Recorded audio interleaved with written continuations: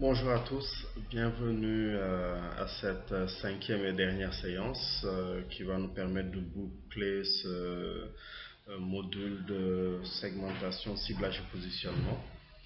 Alors, pour cette séance, nous allons aborder la suite de la segmentation, du ciblage et du positionnement, ce qui nous permettra un peu de comprendre les raisons pour lesquelles on a fait tout ce travail en amont, en décomposant notre population cible, en choisissant un ou plusieurs segments et en nous positionnant. Donc, qu'est-ce qu'on attendait derrière?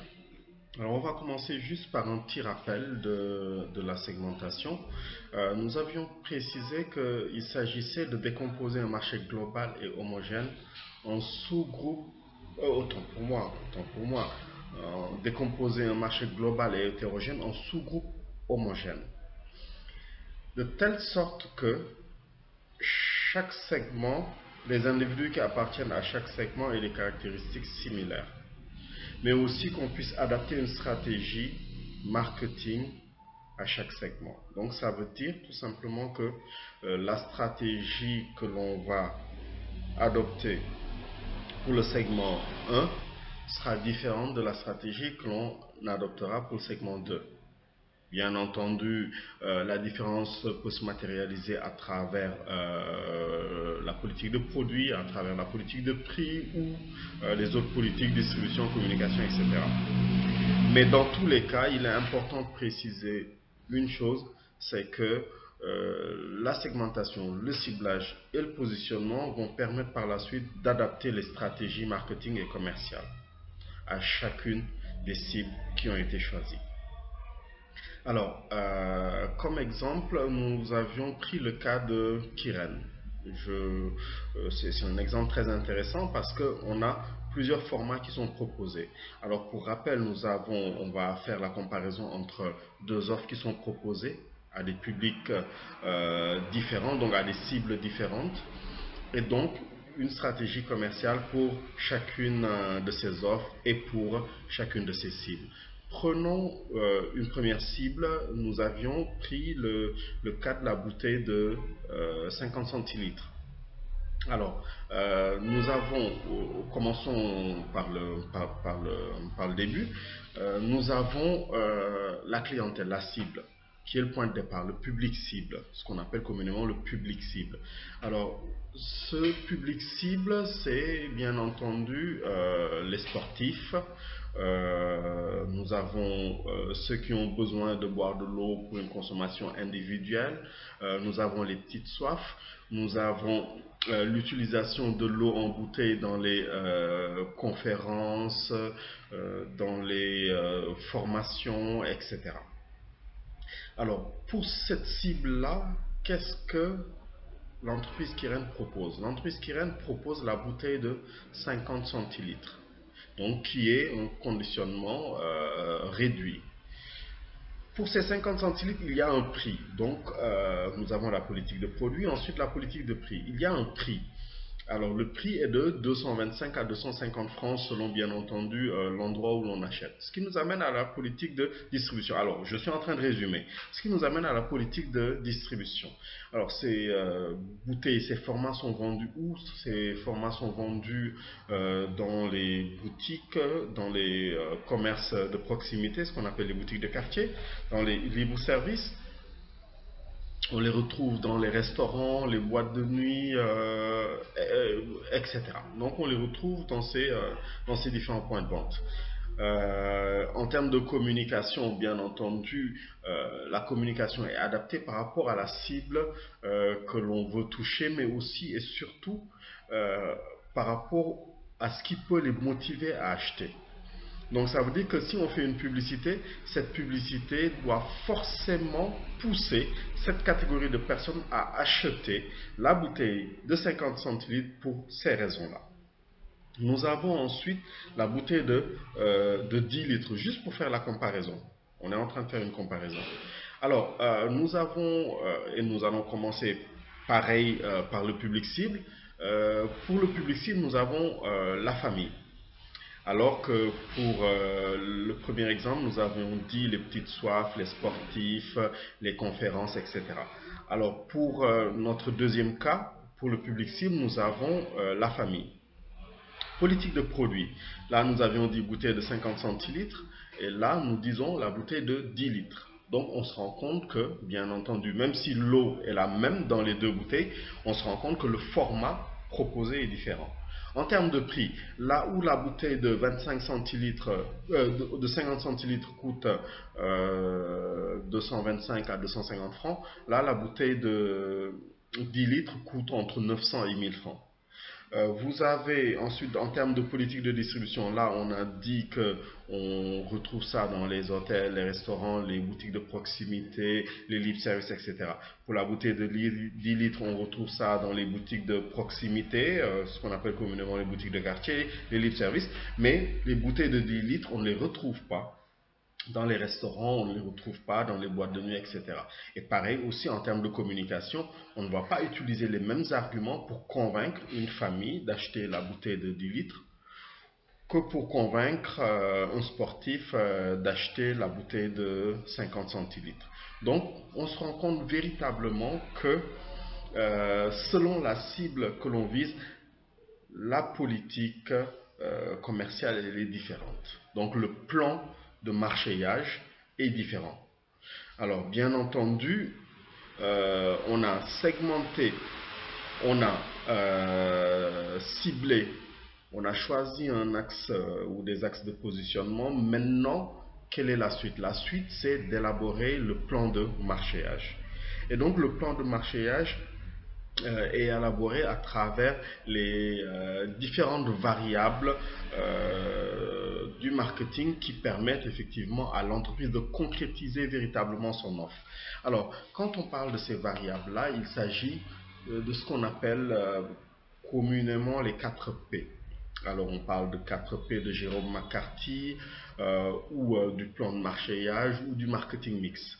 Donc, on va concrétiser les choix que l'on a fait au niveau du public cible à travers le plan de marchéage ou le marketing mix, à travers, bien entendu, la politique de produit.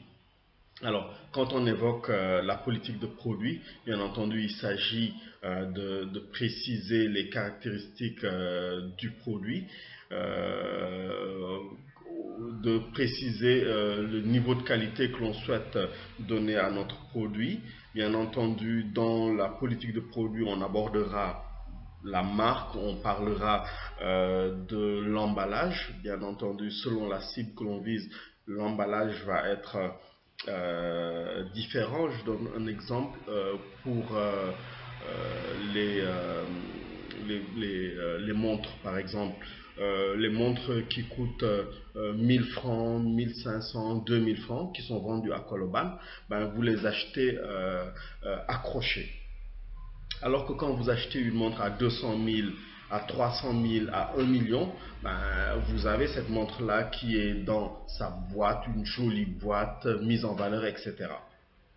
On a, dans les deux cas, une montre. Le niveau de qualité est différent.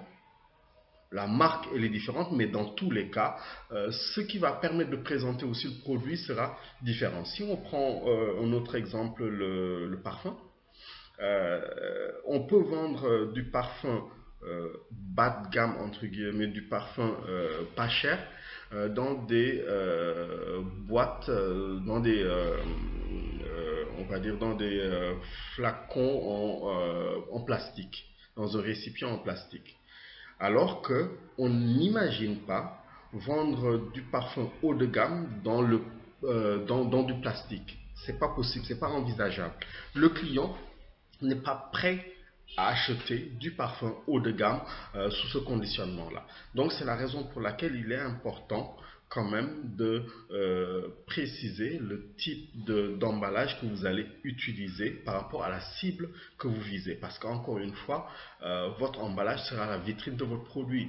Il arrive des cas où le produit qui est à l'intérieur, le client ne le voit pas encore, mais qui est en premier en contact avec lui, contact visuel, c'est bien entendu l'emballage du produit.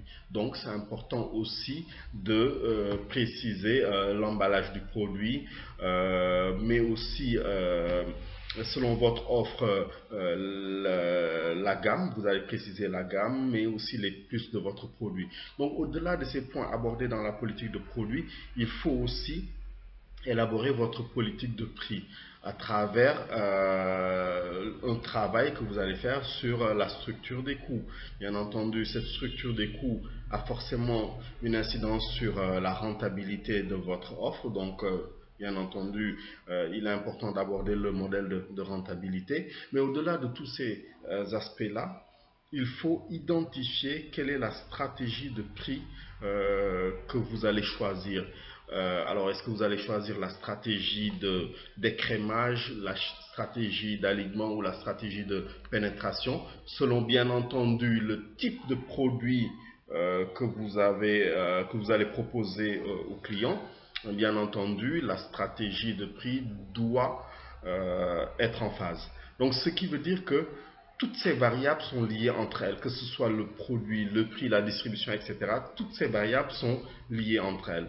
Donc, en gros, ça veut dire que vous ne pouvez pas proposer un produit haut de gamme en choisissant une stratégie de prix bon marché, c'est-à-dire vendre pas cher votre offre. Donc effectivement, le prix est un élément d'information.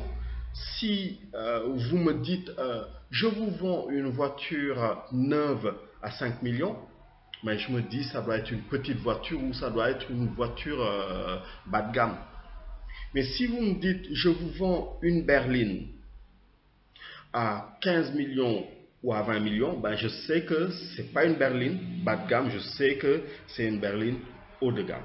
Donc, juste encore une fois pour dire que toutes ces variables sont liées entre elles, produits, prix, etc.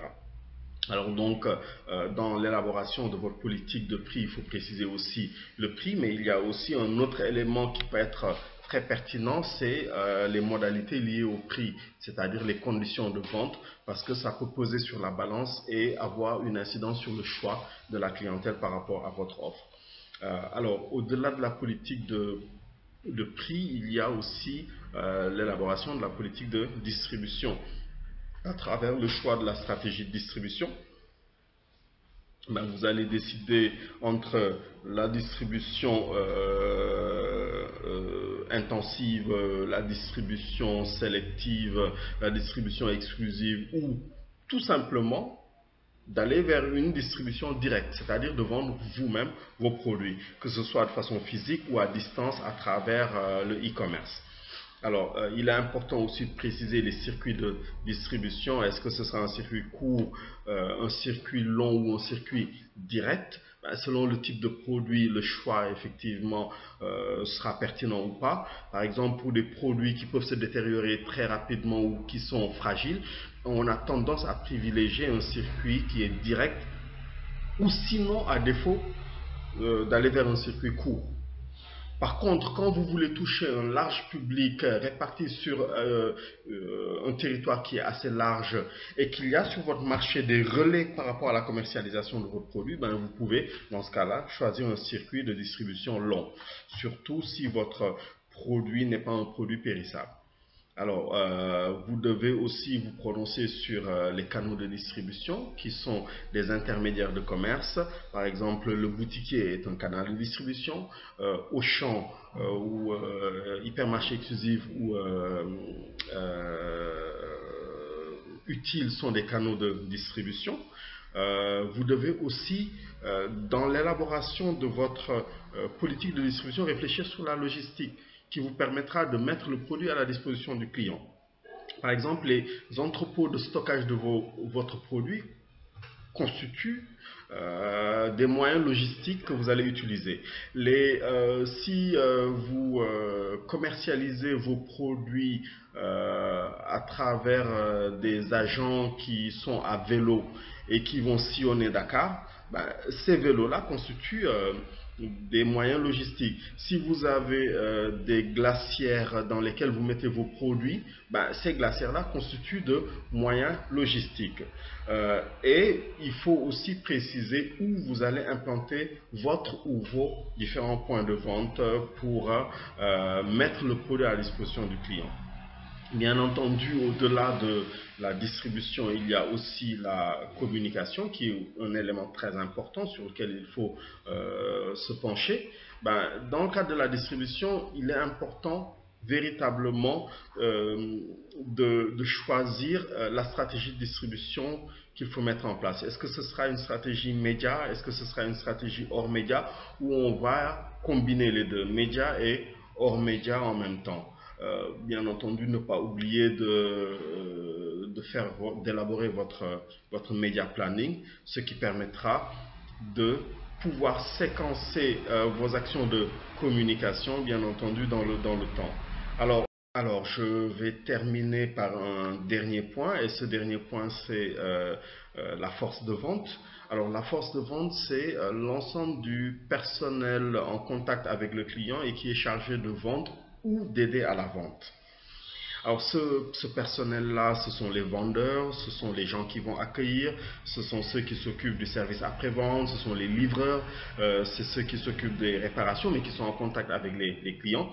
Donc ces gens-là vont représenter l'entreprise. Parce que quand on parle d'entreprise, ce n'est pas une personne physique, mais il y a des personnes physiques qui travaillent, qui parlent au nom de l'entreprise. Maintenant, parmi ces personnes physiques, il y a certaines qui sont en contact avec les clients. Ben, ce sont ces personnes-là qu'on appelle la force de vente de l'entreprise. Quand vous avez par exemple ceux qui frappent à la porte de votre maison, qui travaillent pour Samsung ou qui travaillent pour la Sonatel, ben, ils font partie, ces individus font partie de la force de vente de ces entreprises-là. Donc vous devez réfléchir aussi à la force de vente que vous devez mettre en place. Est-ce que ce sera une force de vente qui sera sédentaire, c'est-à-dire qui va rester dans vos points de vente et ce sont les clients qui vont venir les trouver? Ou est-ce que c'est une force de vente qui sera itinérante, ce qu'on appelle la force de vente de terrain? Donc ce sont des gens qui vont se déplacer et aller vers les clients. Ce sont des personnes qui vont trouver les clients. Donc, qui vont les trouver dans leur bureau, qui vont les trouver dans la rue ou qui vont les trouver dans leur domicile, à leur domicile, etc. Donc là, on parle de force de vente itinérante. Alors, mais vous avez aussi la possibilité de coupler les deux. Alors, c'est important de réfléchir aussi à ce point-là, mais aussi de préciser quel est le profil que vous voulez pour votre force de vente. Si vous vendez des produits de grande consommation comme du lait, ben, on n'a pas besoin d'avoir un bac plus 4, bac plus 5 pour vendre ce produit-là. Par contre, si vous vendez du matériel médical, ben, il y a un profil que vous recherchez. Donc ça veut dire que le profil que l'on recherche par rapport à notre force de vente est différent selon le type de produit que l'on commercialise et bien entendu la clientèle qu'on est chargé d'aller conquérir ou de recevoir, donc d'accueillir. Alors prenons un exemple, si je vends on reste sur le cas du parfum, si je vends du parfum d'entrée de gamme pas cher, à 1000 francs, ben, je peux me permettre d'engager des gens qui seront en t-shirt, jean, en sandales et qui vont sillonner les rues de Dakar pour vendre ces parfums à 1000 francs, 500, etc. Par contre, si je vends des parfums haut de gamme, supposons à 50 000, 100 000 ou plus, ben, si par exemple ce sont des vendeurs sédentaires, qui restent dans mon point de vente. Si par exemple c'est des parfums pour femmes, ben, si j'ai une vendeuse, cette vendeuse peut se permettre d'être en talons, d'être en jupe, avec une chemise fourrée dans le pantalon, etc. Donc effectivement, la présentation va être un élément très important pour cette force de vente-là. Si ce sont des hommes, si je vends des parfums pour hommes dans ma boutique, donc des parfums haut de gamme, ben, pour ma force de vente, donc le vendeur qui sera dans ma boutique, il peut être en chemise, pantalon tissu, pantalon de super sens si vous voulez, chaussures de ville, cravate ou pas cravate, mais dans tous les cas, une bonne présentation parce qu'effectivement,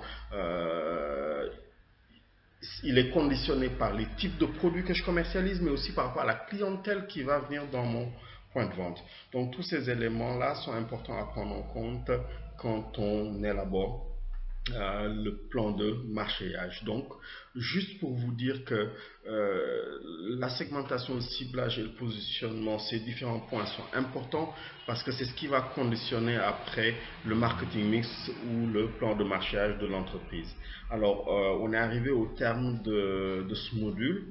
J'espère que vous avez pu profiter des différentes ressources qui ont été mises à votre disposition.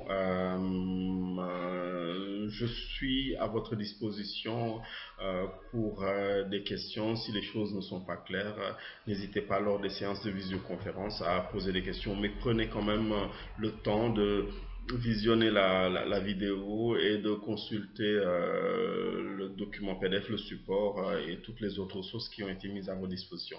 C'était un plaisir de partager avec vous et je vous dis à bientôt.